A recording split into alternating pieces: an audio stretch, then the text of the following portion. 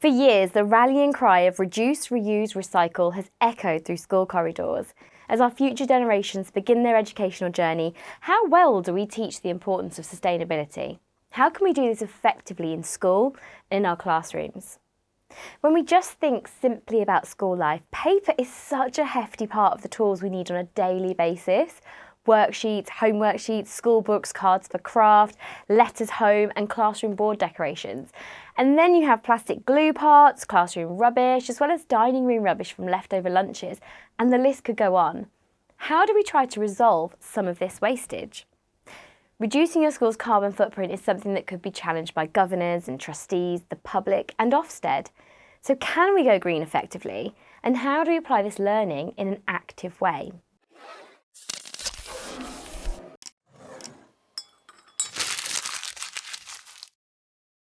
Hi everyone, I'm Natalie from MyProgression, and this video is looking at ways we can become greener and more environmentally friendly, which you'll no doubt agree is essential as well as a challenge. For many decades now in schools, there's been a push to be eco-friendly, and schools have made some changes, some small and some significant, to try to do that. As new cohorts of children begin their school life, we as educators need to teach the importance of looking after our planet and the environment we live in. But how do we do this? More than 1,000 schools in England have been awarded an Eco Schools Green Flag, an award that schools work for and have to prove in a variety of ways that they are making changes to support the environment. The primary aim of the Eco Schools programme is to educate and empower young people to make positive decisions and become change makers for an environmentally sustainable world. While some schools may not feel ready to take on such a project, there is a responsibility by schools to reduce its carbon footprint and educate the pupils about caring for our planet and protecting it from further damage. The UK government states, the UK requires the education sector to play its role in positively responding to climate change and inspiring action on an international stage. Whilst the impact of the school being eco-friendly is material, imagine the difference we can make to the world with generation after generation of people coming out of that school, living the next 80 years of their life in an eco-conscious way. To effectively be the best you can be, aiming to have a green classroom has to be a whole school approach, with leadership motivating and encouraging staff and pupils, as well as having clear and manageable goals. There are no doubts that there are barriers to schools being the best they can be due to the constraints of finances and the hidden charges that schools take on board when initiating a project. I know that some schools have incurred a charge for their recycling to be collected, and it was just not manageable within the already stretched school budget. This political issue of finance should not get in the way. An ideal educational world would not be an issue. So as we begin to aim towards a greener school, start with the little things that will make a difference. Educate the children. Remember, these children may not be aware of the massive changes that have occurred in our world and the impact of so many damaging factors on our environment. Keep the conversation going.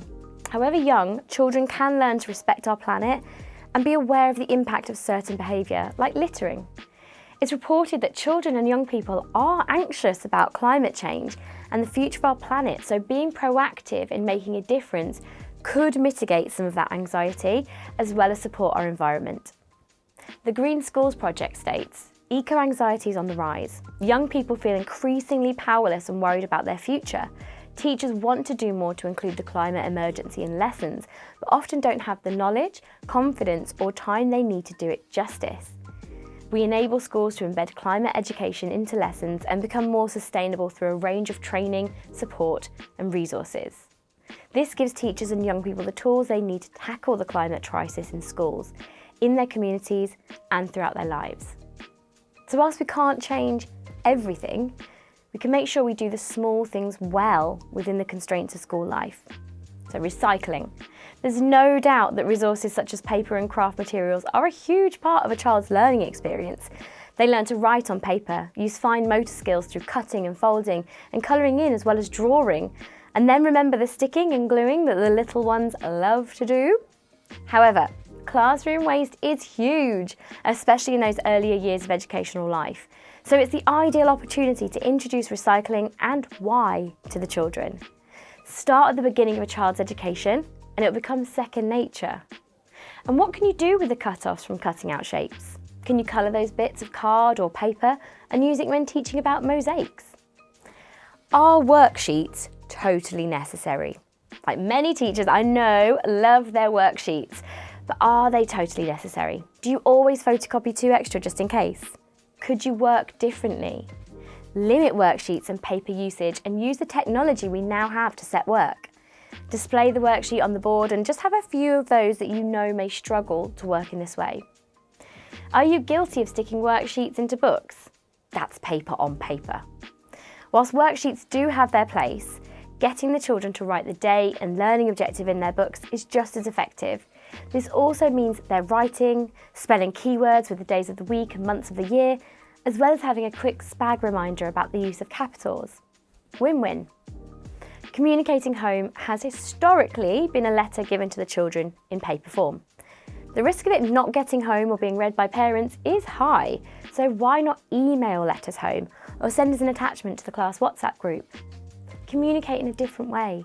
Put homework online, checking all your class have access to the internet, and then there can be no excuse for losing their homework or that letter not reaching home. Schools are generally doing this well and effectively now. This also is a benefit for GDPR, no lost pieces of paper containing personal data. Saving energy is crucial. Schools have been hit by huge energy bills recently due to the current increase and cost of energy. So if it's not in use, turn it off. Many schools have made changes to their lighting system so lights will turn off if there's no movement in certain areas. However, not all have, so having a light monitor in class to turn off the lights when going to assembly or out for a break will make a difference.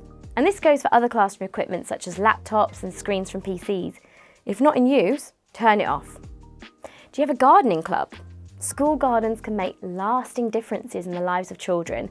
They can be used to teach many parts of the curriculum in an active and hands-on way.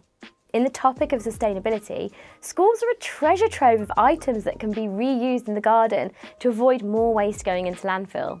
Old trays are perfect for seed sowing, and old plastic bottles, tins from the kitchen and wooden pallets can be transformed into eco-friendly containers. Encourage walking or cycling to school. This has so many benefits, not only to the environment but to the pupils' physical health and their mental health as they're exercising before entering the classroom, so get their hearts pumping, which will go some way towards meeting the physical requirements that scientists recommend to support a healthy lifestyle. Some schools have a register system where they log how children have travelled to school.